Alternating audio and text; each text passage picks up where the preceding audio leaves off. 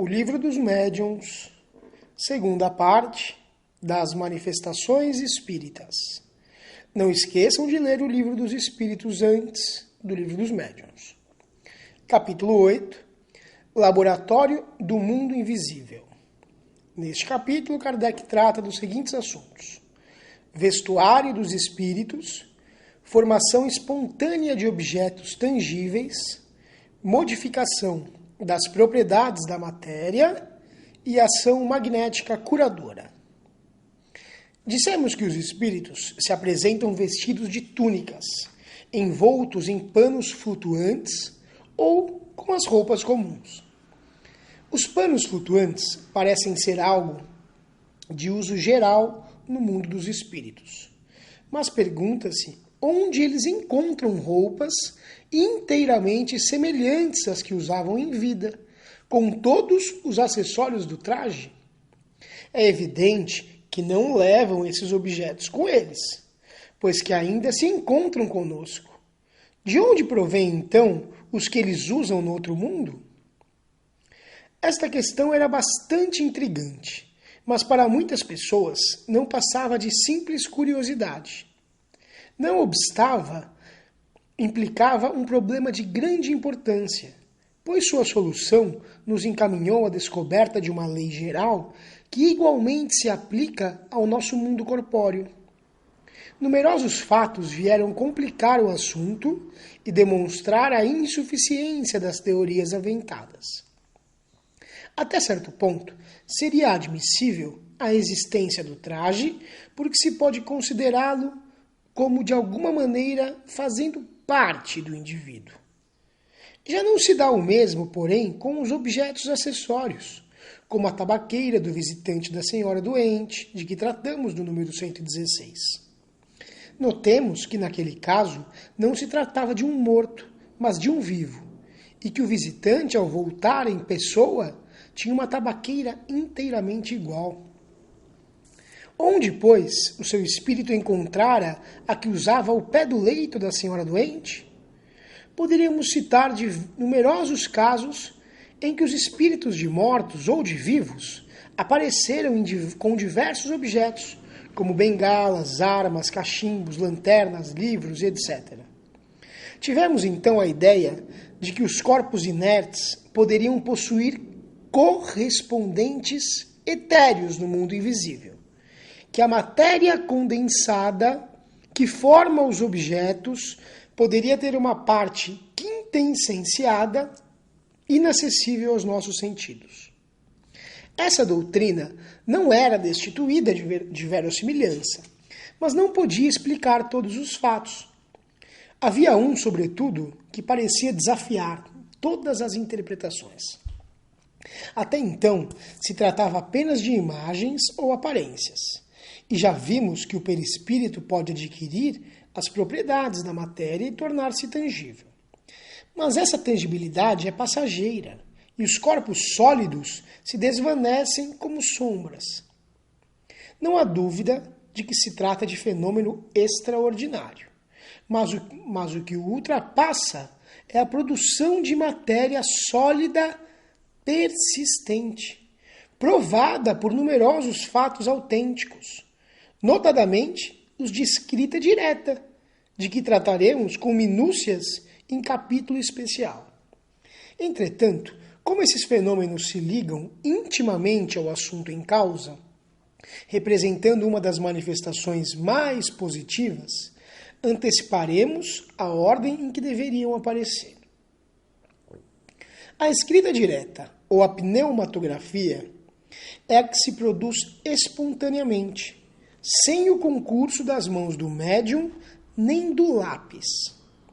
Basta tomar uma folha de papel em branco, o que se pode fazer com todas as precauções necessárias para se prevenir qualquer tipo de fraude, dobrá-la e depositá-la em algum lugar, numa gaveta ou sobre um móvel. Se houver condições, dentro de algum tempo aparecerão traçados no papel, letras ou sinais diversos, palavras, frases e até mesmo comunicações. Na maioria das vezes, com uma substância escura, semelhante à grafita, e de outras com lápis vermelho, tinta comum e mesmo tinta de impressão. Eis o fato em que toda a sua simplicidade e cuja reprodução, embora pouco comum, não é tão rara, pois há pessoas que a conseguem com muita facilidade. Pondo-se um lápis junto com o papel, poder-se-ia crer que o espírito o utilizou, mas se o papel estiver só, é evidente que a escrita foi produzida por matéria nele depositada. De onde o espírito tomou essa matéria? Essa a questão a cuja solução fomos levados pela tabaqueira, a que há pouco nos referimos. Segue algumas perguntas e respostas. Tá? Foi o Espírito São Luís que nos deu a solução com as seguintes respostas. Então, pergunta número 1. Citamos um caso de aparição do espírito de pessoa viva. Esse espírito tinha uma tabaqueira e tomava pitadas.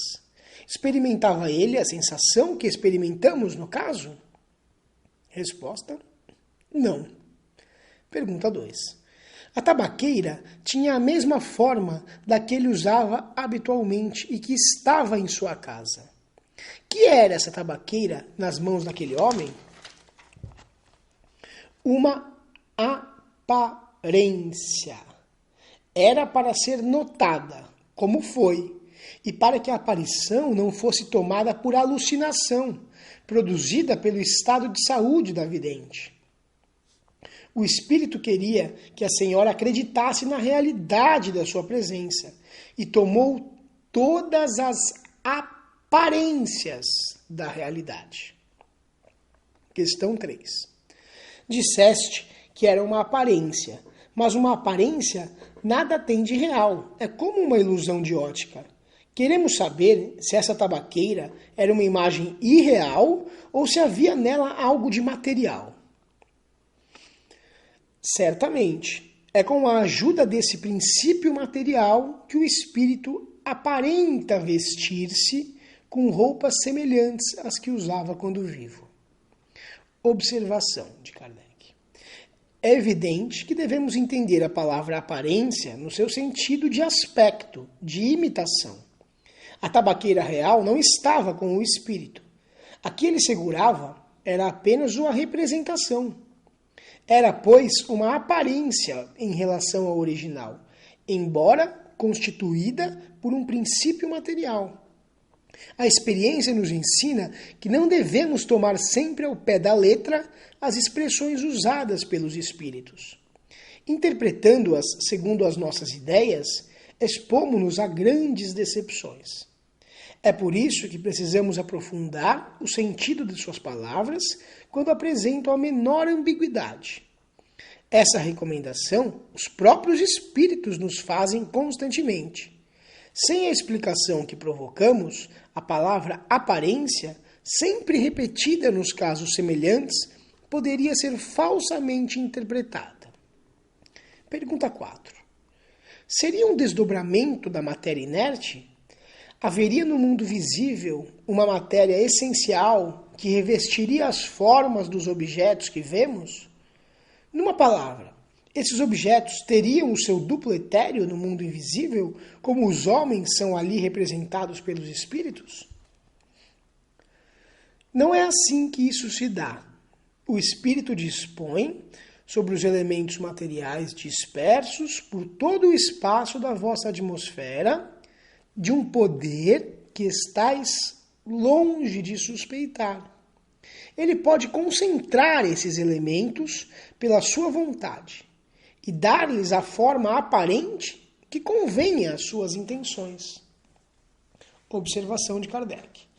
Essa pergunta, como se vê, era a tradução do nosso pensamento, da ideia que havíamos formado sobre a natureza desses objetos. Se as respostas fossem, como pretendem alguns, o reflexo do pensamento do interpelante, teríamos obtido a confirmação da nossa teoria, em vez da teoria contrária. Pergunta 5. Coloco de novo a questão da matéria categórica, a fim de evitar qualquer equívoco. As roupas dos espíritos são alguma coisa?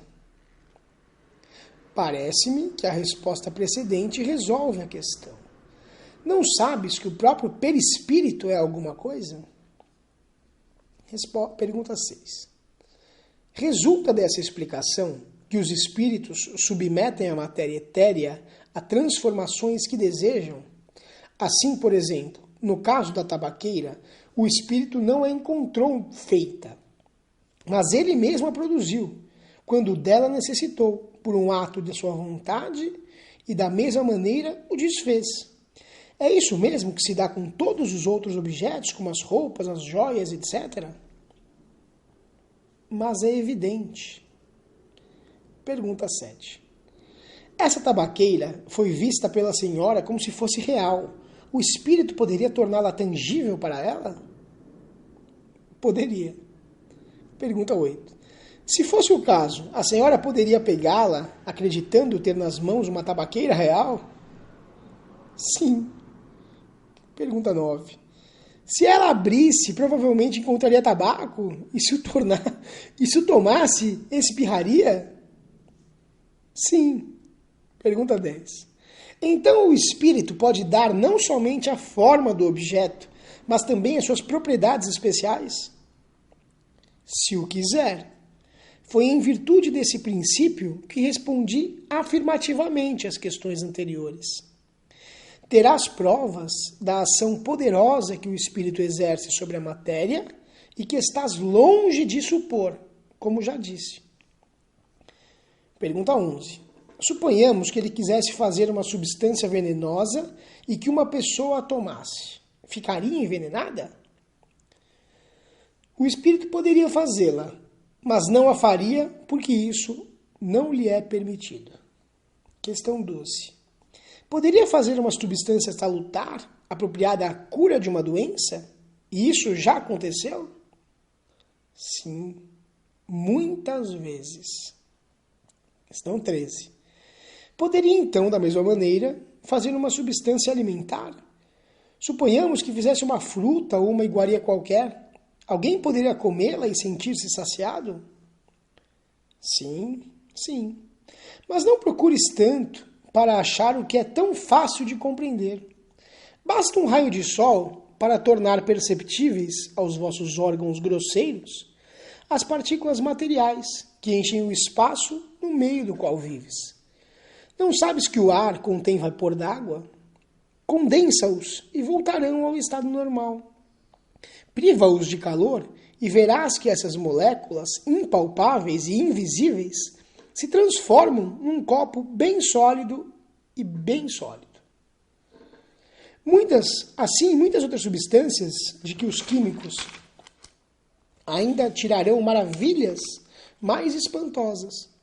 Mas acontece que o espírito possui instrumentos mais perfeitos que os vossos: a vontade e a permissão de Deus.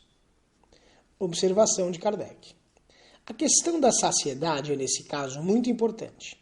Como uma substância que só tem existência e propriedades temporárias e, de certa maneira, convencionais, pode produzir saciedade. Essa saciedade, em seu contato com o estômago, produz a sensação de saciedade. Essa substância, produz a sensação de saciedade. Mas não a saciedade propriamente dita, que resulta da plenitude. Se essa substância pode agir na economia orgânica e modificar um estado mórbido, pode também agir sobre o estômago e provocar uma sensação de saciedade. Mas pedimos aos senhores farmacêuticos e donos de restaurantes para não se enciumarem nem pensarem que os espíritos lhe venham fazer concorrência. Esses casos são raros, excepcionais, e não dependem jamais da vontade de alguém, pois, do contrário, todos se alimentariam e curariam de maneira vantajosa. Questão 14. Os objetos que a vontade do espírito tornou tangíveis poderiam permanecer nesse estado e ser usados? Isso poderia acontecer, mas isso não se faz porque é contrário às leis. Questão 15. Todos os espíritos têm, no mesmo grau, o poder de produzir objetos tangíveis?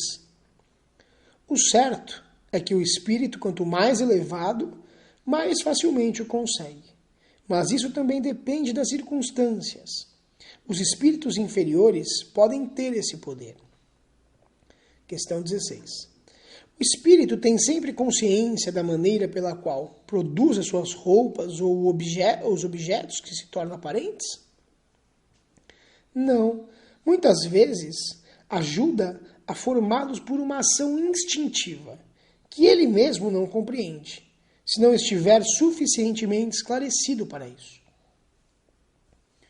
Questão 17.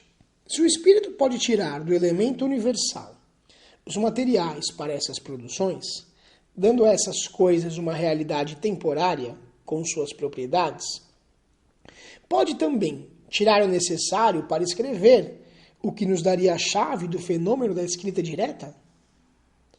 Afinal, chegaste aonde querias. Observação de Kardec. Com efeito, era a isso que desejávamos chegar com todas as perguntas preliminares. A resposta prova que o espírito lera o nosso pensamento. Questão 18. Se a matéria de que o espírito se serve não tem persistência, como os traços da escrita direta não desaparecem? Não tires conclusões das palavras.